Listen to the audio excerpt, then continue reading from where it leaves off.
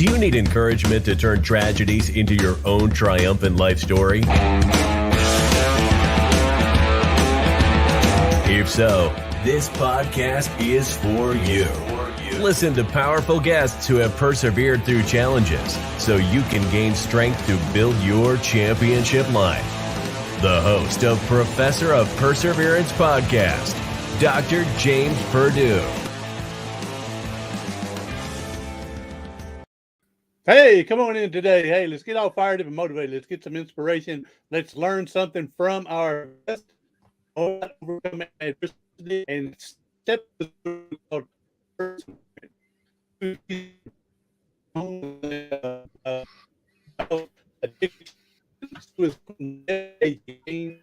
right.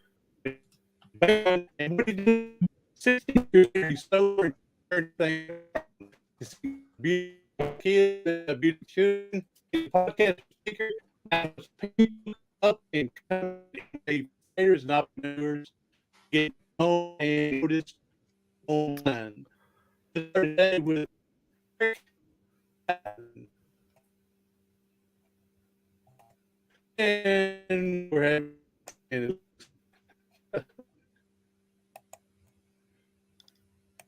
well, now there's the button to hit. And he's staring out the wall because he's not kidding me again. So I can hear you now, man. I can hear you now. Well, shoot, I'm getting time for me to call Comcast again. So yes, Comcast, I'm putting you out in front of everybody that you're failing us. Okay. So, all right. Let's just go as far as we can, and if we don't make it, we'll reschedule because I really want to get your story on here. Awesome, man. I appreciate it. All right, Eric. Let's go ahead and you get started, and I'll jump in when we can. Right on. Yeah, my name is Erik Allen. I'm a podcaster based out in Coeur d'Alene, Idaho. And, I grew up in Eastern Washington, what I thought was a typical household. Went to Sunday school, we played Little League. My dad would take my best friend Dave and I and literally throw us in dumpsters behind stores when we were kids and say, go find treasure. That was just a typical Saturday morning for us. And then my parents got divorced when I was 11 years old, man. I'd never heard that word before. I didn't know anyone who had gotten a divorce before. So it was kind of a shocker to my system. And my mom got together with a guy who was very physically abusive almost immediately. And I didn't understand why she decided to stay with this guy. I remember there was moments where I was standing outside of the house looking through their bedroom window and he'd be hitting her with a cordless phone when those are around, My mom, again, never pressed charges. I just mind blown that she stayed with this guy. She ends up getting pregnant and they move us from Eastern Washington out there to small town Stevensville, Montana. It was population 1,200 people at the time. And they rented this house on 5 acres. Beautiful property, man. It was 2 ponds right by the Bitterroot River. And the house that they had rented was a 3-bedroom house. So it was one for them, one for my little brother, who's a couple months old now, and then one for my sister, who's 4 years younger than me. And they said, Eric, you got to live in the garage. So I literally had this plastic tarp down the middle of the garage with my bed to one side of the garage. And I had a fireplace on my half of the garage that kept me semi-warm during those winters of Montana. And then a truck pulled into the other side, so I was at that point looking back, I'm like, man, that was like, I would never put my kid out in the garage, like, being 13 years old in Montana, like immediately now looking back going, that was rejection. Right. And as an adult, I can look back and go, man, that was really bad parenting. Right. Yeah. But I remember this moment where, the abuse continued. And so I was 13 years old. I was brushing my teeth one night. They came home arguing. It wasn't anything different than any other night. But as I was brushing my teeth, I felt like God was going, dude, you got to look around and see what's going on. And so behind me was the kitchen to the pantry to the garage where I lived. And as I turn around, I see him on top of my mom. And he's one shot after that, just boom, boom, boom. I'm like, I got to get rid of this guy. I got to get him off, And so I walked up behind him. I grabbed a cast iron pan and I swung as hard as I could. And I split the back of his head open. And he turned around. And as he turned around, I took another swing and split his forehead open. And I didn't knock him out, but I had fallen over on that second swing. And I remember him standing up over me. He was starting to yell. My mom jumps up, lands like 6 punches in a row, blood splatting on the wall, right? Cops finally show up, take him to jail for the night. My mom doesn't press charges. And the next day I got kicked out of the house. So I had 3 months left of my freshman year of high school. And I remember I ended up going to live with my buddy Forrest, man. I slept on his hardwood floors with his dad, and he was within walking distance of the school there in downtown Stevensville. And so we would go and would walk into school from there. And that's where I finished up my freshman year of high school. And then from there, I moved back to Washington to live with my dad for my sophomore through senior year. And so he had rented a house for him and I, and he'd put $20 in a cup and say, that was your lunch money. And, Hunger Man meals in the freezer, cereal, milk in the house. And then he'd go stay with his girlfriend. And so I kind of had no adult supervision at that point. He got me a bus pass. I had to go to school. I couldn't skip. I had to, pass all my grades and things like that.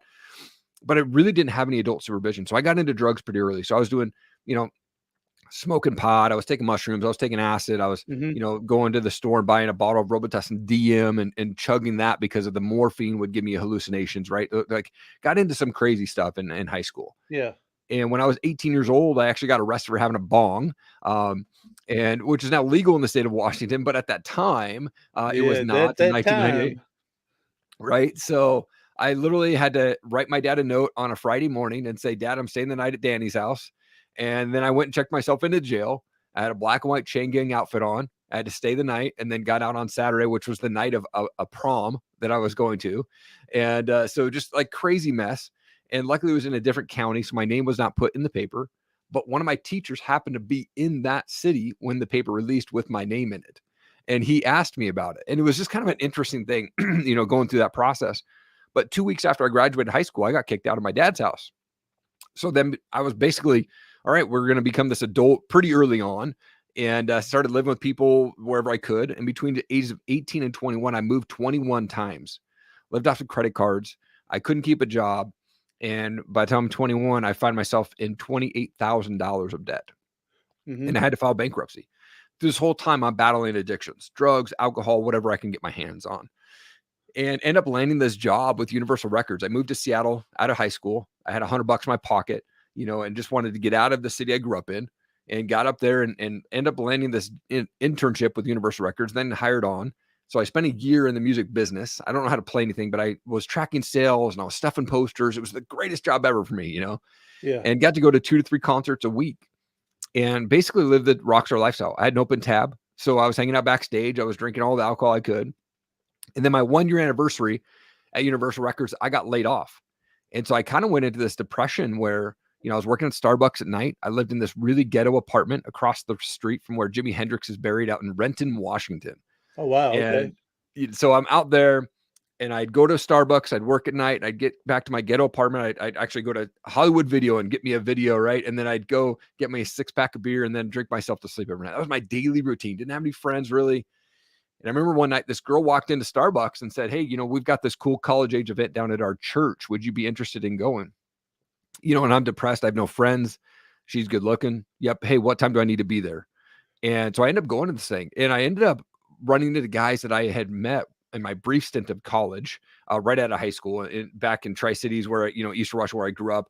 And it was like, man, I haven't seen him 4 or 5 years. It was just kind of crazy. And I feel like God was planting a seed in that moment, because a month later, it was Easter 2004.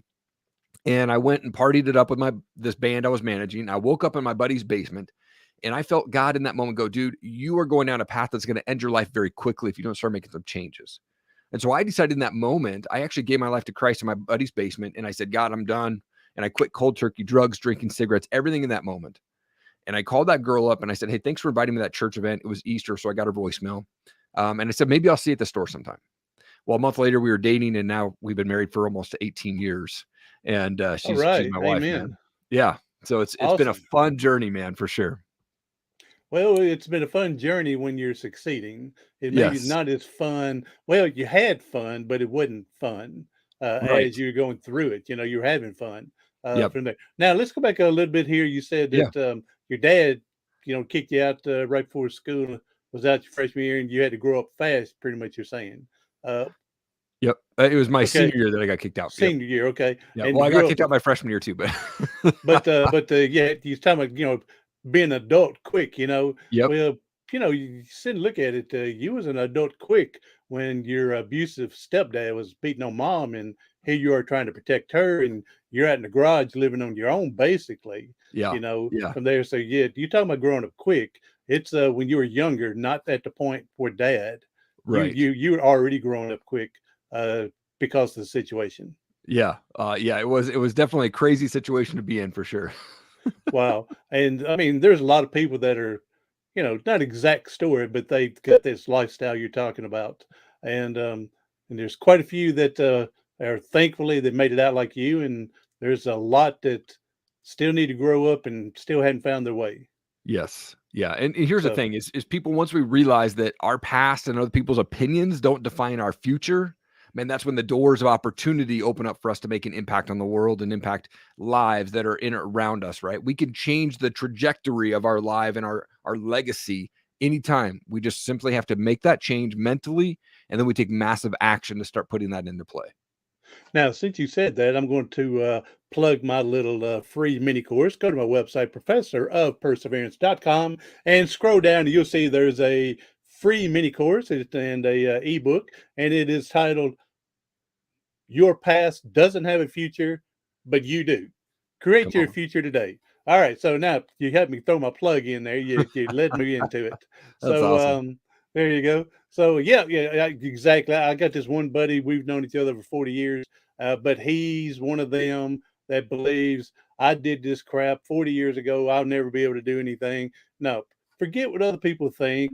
Move on in life. Forget it. Learn from your past. Move forward. Now that is easier said than done in some cases. Right. All right. Totally. But most of his stuff is, he was drinking and driving. Woo boo. As long as you didn't kill someone, learn from it and move on. Okay. Gotcha. Yeah. And then of course he took him a long time to realize that he did stupid stuff, went to jail when he drank. And so he finally gave up drinking, but he's one of them who goes, and even today, well, nobody hired me for my record. No, nobody want to hire you because of your damn attitude. Exactly. Yep. Totally. Get out there with a positive attitude, tell them what you can do and go from there. And so you have too many people that they want to live in the past and then they think nothing's going to be good in the future. Yes, absolutely. Absolutely. So, well, I'm glad God brought this the young lady to you as well for her to give you this opportunity and go from there. So, I mean, God will open us up some doors for us. We just got to realize it. And too many times we don't realize it, or we shut the door because we still want to go do our thing. Yes, exactly. Yep, absolutely.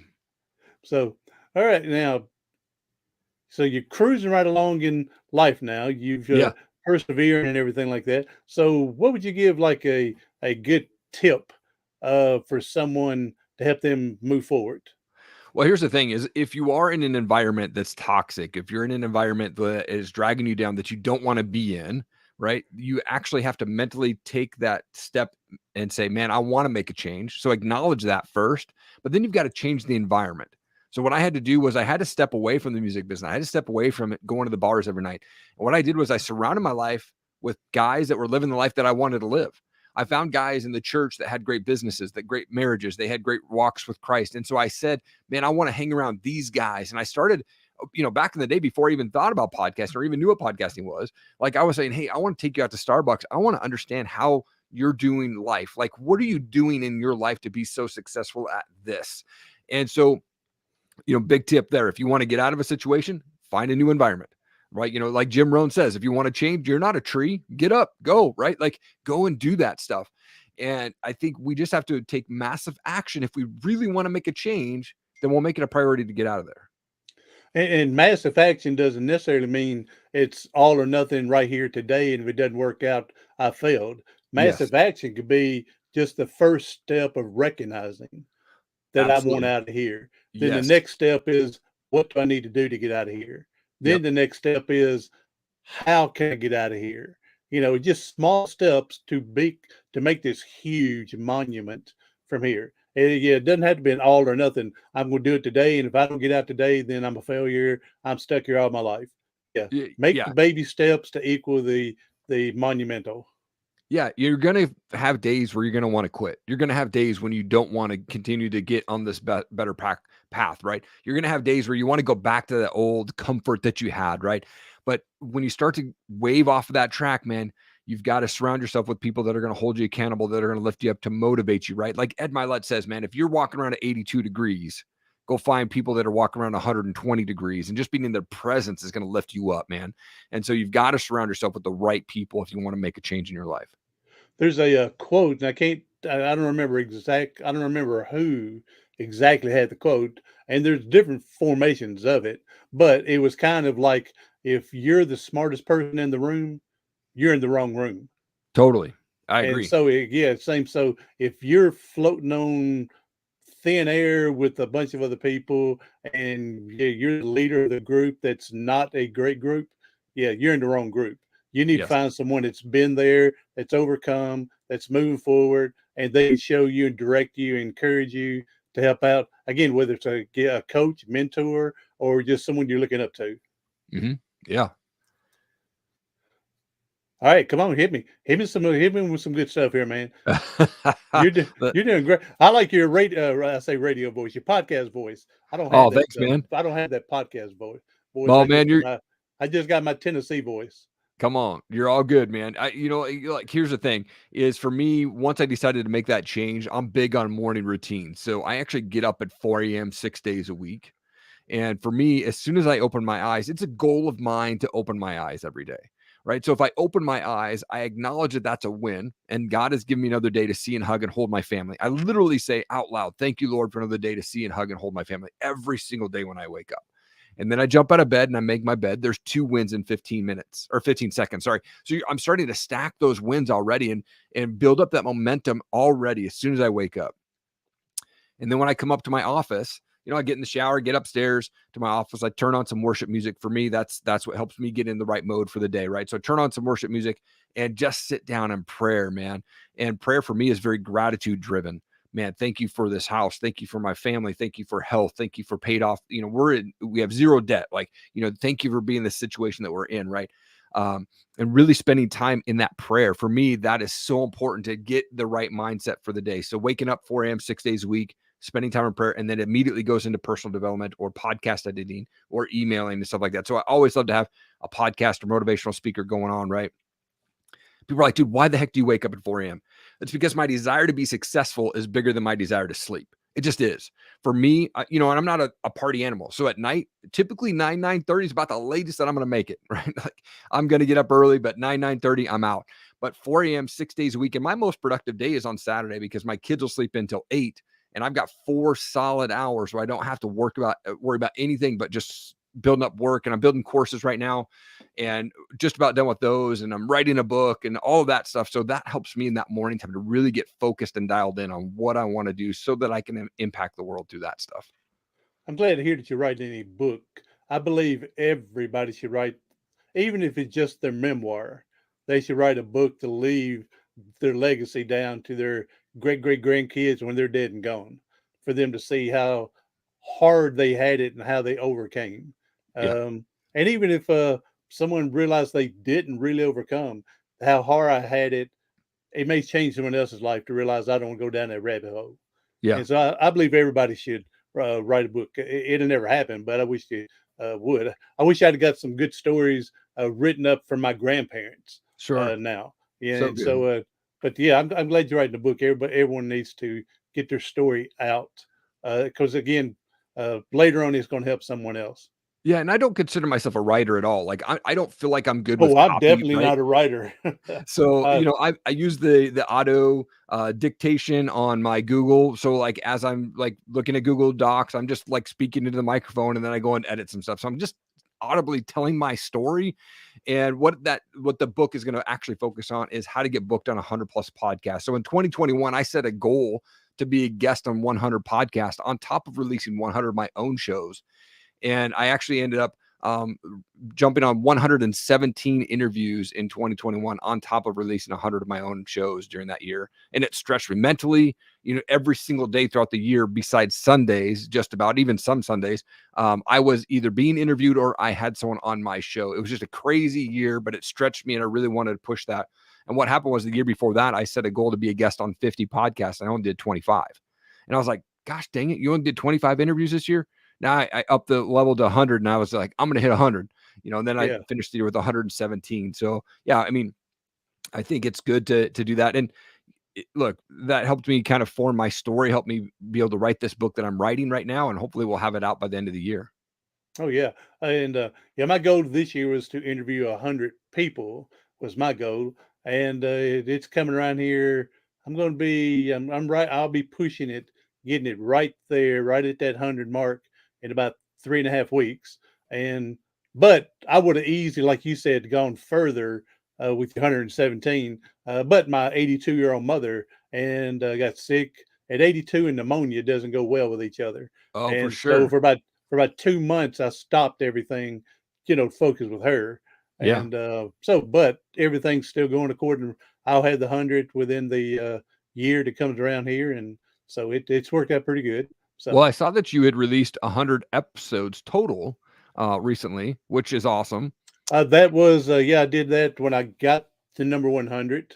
Yeah, come on. So we're at 160. I think you'll be 160 when I get this one up and going. Come on. So I mean, if you look at the stats, I had 70 last year. To go was 170 this year. Yeah. I mean, it's so interesting. I mean, as a podcaster, though, you're killing it, right? If you look at the stats of podcasting, 90% of folks never make it to episode 50. And then past that, another 90% never make it to episode 100. So that's the key to podcasting, right? I've been podcasting since 2017. And if you want to be successful in the podcasting world, you just got to stay consistent and continue to put out shows. And everyone else is going to quit at some point, right? The top people, the 1%ers, those will continue to be successful in podcasting world. And I think that's a very big key. If anyone wants to start a podcast, just don't quit and you'll be successful in it. Well, I was going to say this is, and I'm like the other people. This is my third round starting a podcast. Okay. Now, June 12th, which is my birthday, that's when I started my other one, this one here. And so we'll be at it 2 full years straight.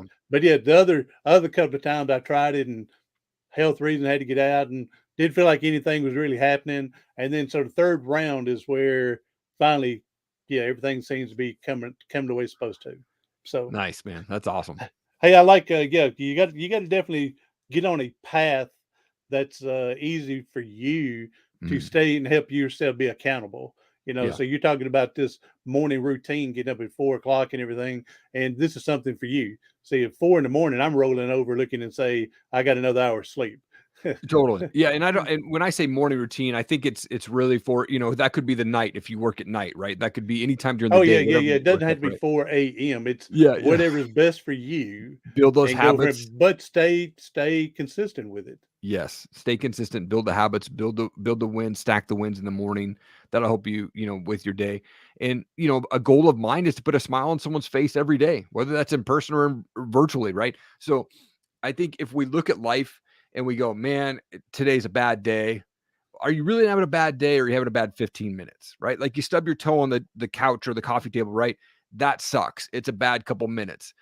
Get over it, right? Like go out and put it on someone else to like make it a goal of yours to make an impact on someone throughout the day. You don't have bad days. You have bad moments. So get through the moment, put it in the past and move on. And I think if you can have that right attitude of just helping people out, get over the bad moment and keep going, that'll help impact the world there. Oh, amen. I believe that if we're here to help serve each other. Yeah. All right. We can't do something every day, every hour, every time, because we'll burn ourselves thin. Yep. Okay. But we do what we can when we can. We can't do it all the time. And so, and like you mentioned earlier, there's days we don't want to get up and do. All right. Yep. It's lazy day. We don't want to, we don't feel good. But how many times we got up and we persevered and we pushed through and we're glad we did it. And it turned out to be a great day. Yeah. Yeah. So there's plenty of times I don't want to get in my wheelchair, but if I don't, then that means I'm laying in bed all day and nothing's getting done. So, right. And so I fight to get up. And then once I get, like you said, get past the moment, then I'm glad I got up and we got things going and we're achieving, helping other people. Hopefully, again, one of my main reasons doing this podcast is to serve you and everybody else to get your message out. Come on. So yeah, that's part of the reason I started this. So It's so important, man. I mean, I think if you set a goal and you start getting off track or you start getting lazy, right? You have to dig deep, right? You have to push through those distractions, those mountains, those roadblocks that are in your way, and really figure out what is the why. Why are you wanting to be successful? Because that's what's going to dig you out of that hole. That's what's going to get you motivated to go and accomplish things throughout the day, right? And again, change that environment. Find people that are living that life that you want to live. And that's what will help you, get in towards your goal, your dreams, and your purpose in life. And as you were talking, I was going, oh, what was it going? I've got one of these brain farts now. I forgot what I was going to say. So, but while I'm thinking of that one, let me go back and tell you one of my good moments that when I get down and go, I'm not helping people, good gracious, and I'm doing this why me pitiful thing. I got my great service dog who's having a birthday tomorrow. He'll be 14 years old, Ricardo. Wow. And we will go actually to his favorite walk-in establishment, Walmart. Okay. I'm waiting for you to sponsor me and send me a check. So I'll keep pushing it. That's and awesome. so, but we'll go to his favorite walk-in establishment, and you would not believe when I got him as a service dog, we were told you can tell people hands off, don't touch him, I don't care, he's a working dog, or you can say, yeah, you can tell. It's totally up to us. And I always had the attitude, the more that I can meet people, the more I can get my story out. How I got in a wheelchair, and the plus I can plug his canine companions where I got him from. Okay. And so I figured the more I can let them play, the more we can push our word out as well. And so I let them play with him, touch him, hug him, everything. But you wouldn't believe how many people will bust out crying and thank me for sharing him because they had just put their dog down 6 months ago or 8 months ago. Yeah. And they're thanking me, for sharing him with them. So, and here it is putting a smile on the face just because of a dog. And so, I love when I see days like that.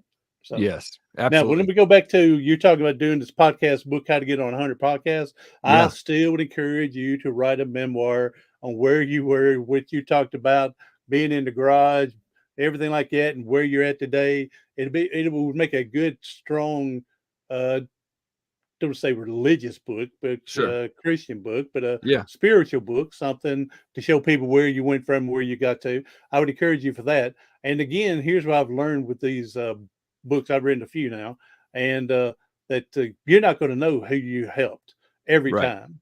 There's going to be times that you'll never hear a word, but that book has helped someone. And here's two examples for me that I was in my poor, pitiful James. I'm not going my way.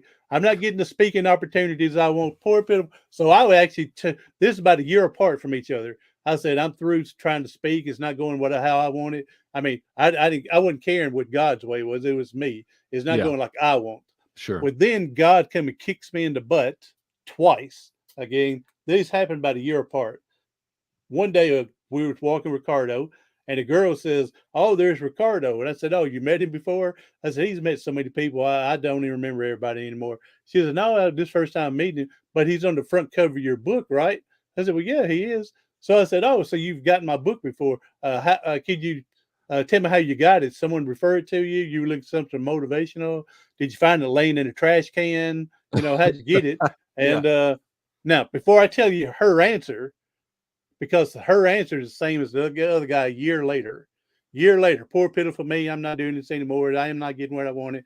God comes to kicks me in the butt again. We go to Ricardo's walk-in establishment, and this guy says, "I want to let you know I've read your book, and you're going to help me with some stuff and help me do something to have a better life." I'm going, okay, good. Same thing. How'd you find the book, trash can, whatever. Now, here's where both answers come to the same. Your book, I was locked up in the county jail, and your book is in the jail library. And I was able to get it to read it. Come on. So again, other than hearing those, and that's God, again, kicked me in the butt, let me know, hey, you're doing what I want here. You forget about you. Everything could come. You just keep doing what you're supposed to do. So, what I'm saying is when you get your books out, and again, I hope you get this memoir out, that you're going to help people and you're not going to have a clue, but know that you're helping people. Thanks, man. I appreciate that. So, All right, Erik, appreciate all you're doing. And I mean, we've been at this about half an hour, assuming the internet didn't cut us off, and we had a rough at the beginning, but I think we hung in there. I think So, so, man. This was a great show, man. I appreciate yeah. having me on. Well, thank you again. And hey, go ahead and give your websites, all your social media, and tell people how to get hold of you in case they want to be on your podcast, or maybe they want to contact you to be on their podcast, or if you're doing any coaching or anything, maybe they would talk to you about that. Awesome. Well, yeah, I do appreciate it. Yeah. So erikallenmedia.com is the website, ERIKALLEN media.com. I'm big on Instagram, so it's Erik G. Allen is my handle on there. I always respond to every comment and every DM. So if you have any questions, you can shoot me a DM on there, respond to any post that I make, and I'll respond to the comment there. But I love to connect with people, man. And I'm always up for being a guest on other people's podcasts. Right now I am coaching people live, and I have a pre-recorded course that's going to be dropping here soon. But it's basically going to walk you through how to start, run, and launch your podcast over 30 days. And we go into the details. We go into the depths. How did I get all the guys like Ed Milet, Brad Lee, Tim Story, Eric LeGrand, Jim the Rookie Morris, all those guys have been on my show. How did I get those big names? And so we deep dive into that of how to get those folks on your show and how to get those bigger names or guests that are on your wish list, right? Maybe those aren't the people that you want on your show, but I'm going to walk you through exactly how to get those big guests. And that's what I do in my live coaching. And again, the pre-recording coaching will drop in just a couple months. But again, thank you so much for having me on your show, man. It's truly an honor to be here. Oh, thank you. And I'm giving you a big name to get onto your show and everything, like to help you out a little bit there. And it's called Dr. James Purdue, the Professor of Perseverance. We need to try to get him on there. So just another drop for me, man. So hey, I appreciate it and everything, man. You're very encouraging. And when you meet people who's been beat down early in life like you, and for them to turn around and bounce around and turn around everything, you're always so powerful, positive, and amazing. And so I appreciate that you're able to do this, and you're helping the people you're helping out here in the future as well. I appreciate it, man. That's awesome. Hey, last thing here, man, Erik, is we know there's people hurting and struggling today, and if you can leave them with one positive message, some gold nugget that they can hang on to help them get through today, it'll be a blessing. Man, here's the deal: is the way that you can make your life better is there's two things that you can do. One, it's not my job to judge anybody. So I think if we stop judging people on whatever they voted for, mask, no mask, whatever, it doesn't matter. If we just stop judging people, that's number one that will help our lives be happier, right? Number two, turn off the news. They've got their own agenda. Doesn't matter if it's Fox, CNN, whatever it is. Turn off the news and quit judging people. You do those two things, you're going to be in a happier place mentally. You're also going to be able to make a bigger impact on the world. Those are two things that I push really hard. I turned off the news over 10 years ago. I learned about it through memes on the internet, right? Like I just don't know what's going on, and I'm in the best place mentally than I could ever be. And also, if you're down low and you're just feeling like pity me and I don't know how to do this, and man, I'm stuck, man, just think about like if you're alive, that's a moment like you still have a plan and a purpose that needs to be fulfilled in your life, and you need to push through that and go and help somebody.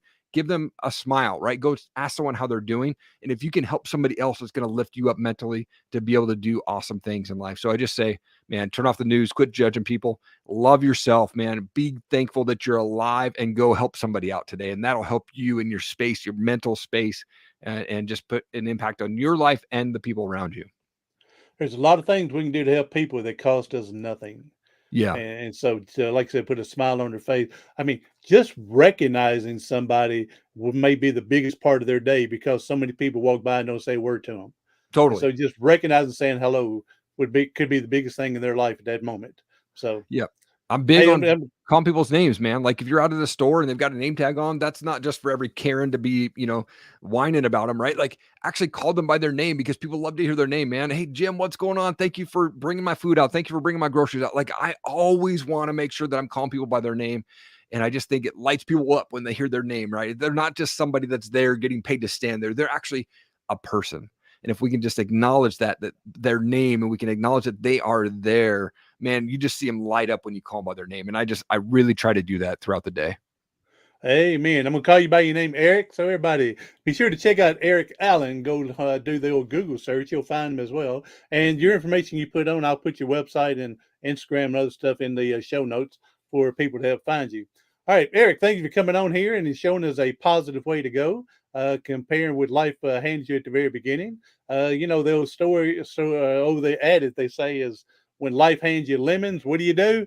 I tell people, make strawberry pies. I don't care for lemon pies, but I'll take a strawberry pie.